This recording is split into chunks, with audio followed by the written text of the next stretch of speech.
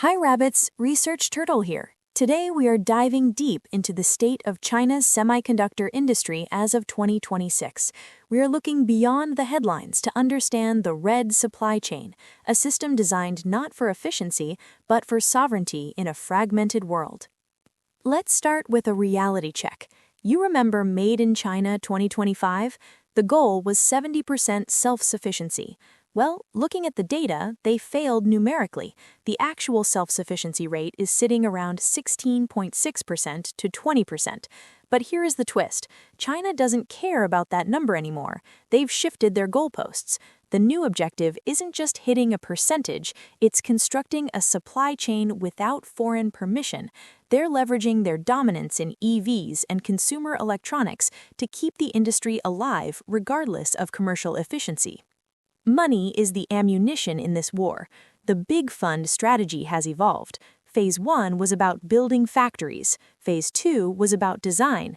Now, with Phase 3, launched in late 2024 with over $470 billion, capital has become a precision weapon. They are no longer spraying money everywhere. They're targeting specific choke points, HBM memory, lithography, and advanced materials.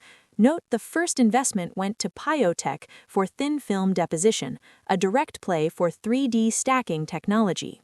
This is perhaps the most controversial topic, SMIC's 5-nanometer chip.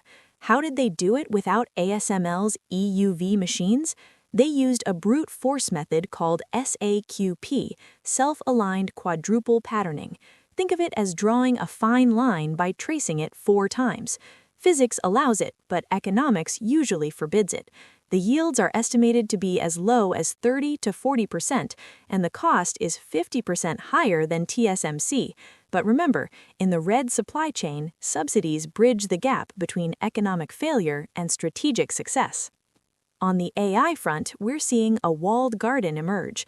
With Nvidia's H100s restricted, Huawei's Ascend 910C has stepped up. It offers about 60 to 80% of the H100's raw performance. But the real story is software. Huawei is building CAN to replace Nvidia's CUDA. By forcing domestic giants like ByteDance and China Mobile into this ecosystem, they're creating a parallel universe that doesn't rely on Western standards. While the West obsesses over 3-nanometer chips, China is conquering the physical world. They're aggressively expanding capacity in legacy nodes, chips 28 nanometers and older. These run our cars, power grids, and factories. By 2026, China is forecast to control over 45% of this market. This creates a massive leverage point. They might not have the smartest AI chips, but they control the chips that make the world physically function. In the memory sector, YMC is the standout survival story. Despite heavy sanctions, they launched Project Wudongshan, a secret initiative to de-Americanize their production lines. Utilizing their X-stacking 4.0 architecture, they've achieved bit density parity with Samsung and Micron. They accepted initial yield losses to ensure that no U.S. sanction could shut them down again. However, the chain has a weak link. If you look at this heat map, you see the Achilles heel. While etch and cleaning equipment are secure, lithography remains a critical risk. SMIC, China's lithography champion, is still struggling to mass-produce 28-nanometer machines reliably. Without a domestic scanner, the entire chain rests on a single point of failure. This hardware gap impacts AI. The Ascend 910C is a good chip, but it's starving for memory. China lacks the capacity to mass-produce HBM, high-bandwidth memory. They are currently relying on stockpiles and gray market imports. CXMY is trying to catch up, but they are estimated to be 3 to 4 years behind. This memory bottleneck is the biggest drag on their AI ambitions. We also see a contrast between material risks and packaging innovation. On one hand, China is dangerously dependent on Japan for photoresist, over 80% reliance. On the other hand, they are innovating around these blocks.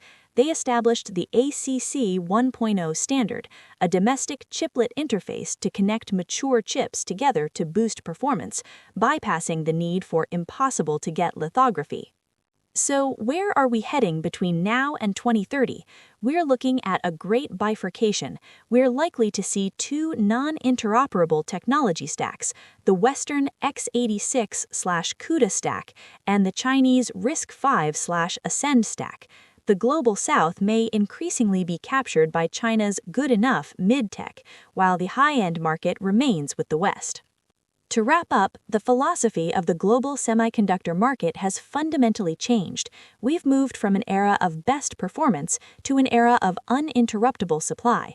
China has traded economic efficiency for geopolitical survival, creating a dual-standard world that we all have to navigate. That's it for today. Turtle out.